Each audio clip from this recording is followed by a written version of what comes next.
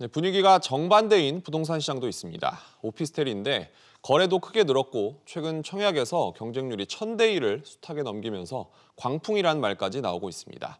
왜 이렇게 뜨거운지 정윤영 기자와 알아보겠습니다. 오피스텔에 대한 관심이 최근에 이 정도였던 적이 또 있었나 싶은데 수치로 확인할 수 있을까요? 네, 먼저 청약 경쟁률이 어마어마합니다. 네. 최근 사례를 보면요.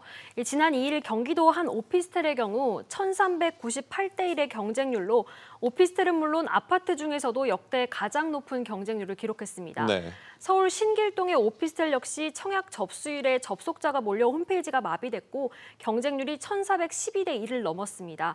대구에서도 700대 1에 가까운 경쟁률이 나왔습니다. 올 들어 전국 오피스텔 매매 건수는 지난 10일까지 5만 1,400건으로 역대 최고였던 지난해 4만 8,600여 건을 이미 넘어섰습니다.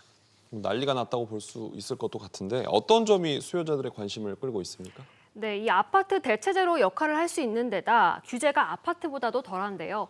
먼저 아파트 담보대출 비율은 조정 대상 지역에선 많아야 50%, 투기 과열지구에선 15억 원이 넘으면 아예 대출이 안 되는데 오피스텔은 시세와 상관없이 70에서 90%까지 가능합니다. 네. 또 청약 때 청약 통장이 필요 없습니다. 만 19세 이상이면 청약이 가능하고 100% 추첨으로 당첨자를 뽑기 때문에 청약 가점이 낮아 내 집 마련이 어려운 2030 세대의 관심을 끌고 있습니다. 오피스텔 분양권은 주택 수에 포함되지 않아서 다주택자에게 적용되는 각종 세금 부담도 피할 수 있습니다. 네.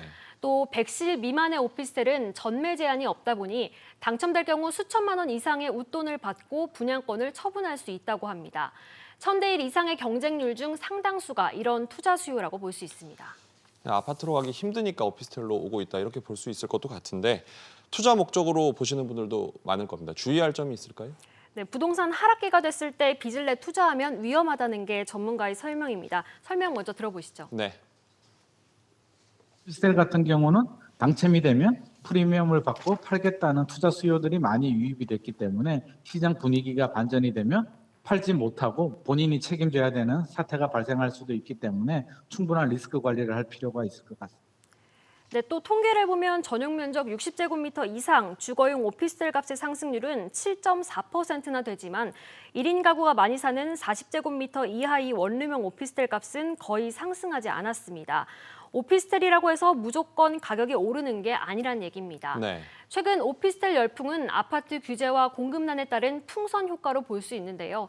집값 하락 시기가 오면 비아파트인 오피스텔이 가장 먼저 영향을 받을 수 있기 때문에 투자에 신중해야 한다는 조언이 나옵니다. 아직 뚜렷하진 않지만 아파트값 하락 신호로 보이는 현상들이 나오고 있으니까 조심하셔야겠군요. 정윤영 기자였습니다.